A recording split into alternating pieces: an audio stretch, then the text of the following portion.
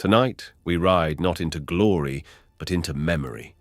Across the wind-carved fields of Rohan, where hooves strike the earth like thunder, and tails cling to the thatched eaves of Edoras like smoke from an old hearth. You were not born to a sword, not wrapped in silk, nor crowned in gold. No, your world began with the scent of hay. Before banners flew and horns called riders to war, someone had to ready the saddles. And to understand Rohan, to truly know it, you must first go back.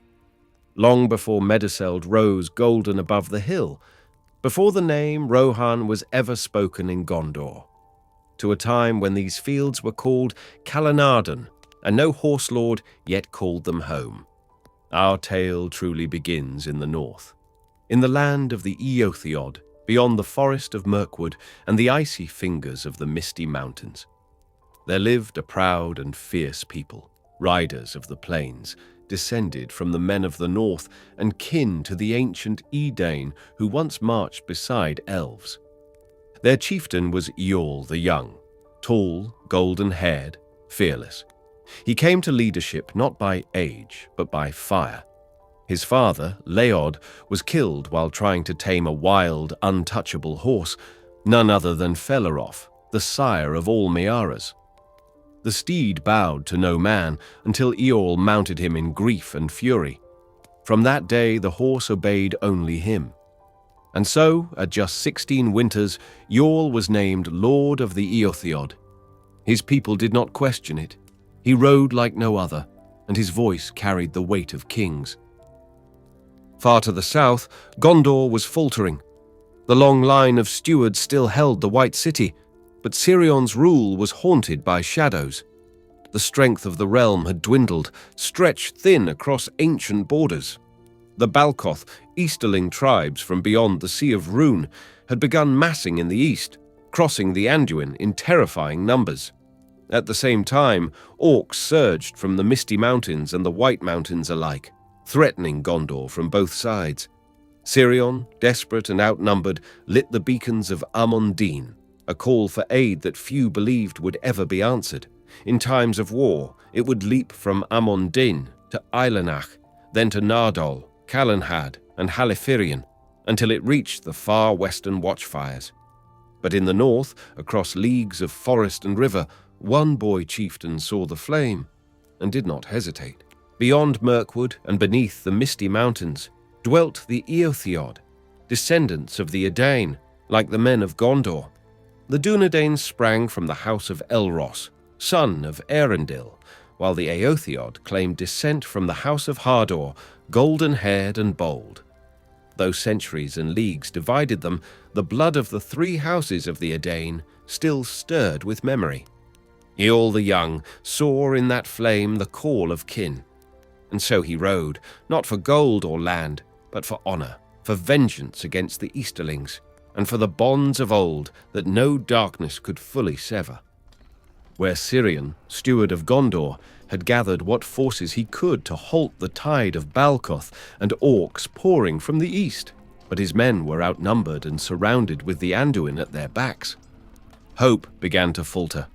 Yet in that darkest hour, from the north thundered salvation, Eorl the Young leading the Eotheod, 7,000 riders strong. Like a storm upon the plain, they rode, their golden hair and bright spears flashing in the sun. Fréaláf, sire of the Mearas, bore Eorl with unmatched fury. The Balcoth never saw it coming. From the flanks and rear, the horse lords struck, cleaving the enemy ranks in twain. What had been a rout became a rout, reversed. Sirion watched from the hill, his eyes wide not just with gratitude, but awe, for never had he seen such might or majesty from the north. And so, with sword and oath, the bond of Gondor and Rohan was forged not merely in need, but in glory. In gratitude, Sirion offered him the land of Calenardhon. And so it was that the oath of Eorl was sworn. Upon the hill of Or, Halifirion, with the roots of the White Mountains beneath them, Sirion and Eorl clasped hands. Rohan was born that day, a land for the Eotheod, and an eternal bond forged between Gondor and Rohan. one of mutual aid, sealed in blood and honor. Old Hammer, the master of the stables, spoke often to you of the first kings. Brego, son of Eorl, who built Meduseld. It was he who made Edoras the seat of kings, laying its beams with golden thatch. But his heart was broken when his son Baldor vanished in the paths of the dead. A chill would always take you when that name was spoken. Baldor, the bold, who swore to brave the cursed halls and never returned. But for every shadow there was also light. Aldor the Old, Brego's son, ruled for 75 years. Under his long reign, the Dunlendings were pushed back, and the Rohirrim flourished. They say the Westfold grew golden with grain, and the songs of the riders echoed from Helm's deep to the wold. Freya ruled in quiet times, keeping peace with a steady hand, while his son Fréaláf, bold and lucky, fought off western raiders and burned their ships in the night. Goldwine grew rich but careless, paying little attention to those who would advise him for the better. Thus, his son, Eorl, inherited a weakened realm and spent his life repairing it. Gram ruled in shadow as orcs stirred once again. His wars were long and joyless. Then came Helm Hammerhand, silent, unbreakable, the last of the first line. In the long winter, he stood alone and died in the snow, unmoved even in death. With him, an age ended.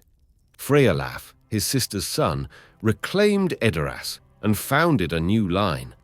Britta Riddermark, son of Fréaláf, cleared the roads and hunted orcs in the hills like a wolf. Walder ruled weakly, killed shortly into his reign in an ambush, and is remembered little in Rohan's songs. Folca, a famed hunter, fell to his pride chasing a monstrous boar. After, Folkwine restored Rohan's honor and aided Gondor, but lost 2 sons in the fighting. Thengel trusted gold more than kin, and his son, Thengel, left him in anger.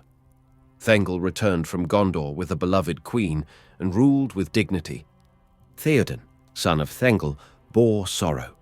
For a time, grief and whispers bent him, but he rose, golden and unshaken, death gleaming in his eyes, and the plains of the Pelennor still echo his charge.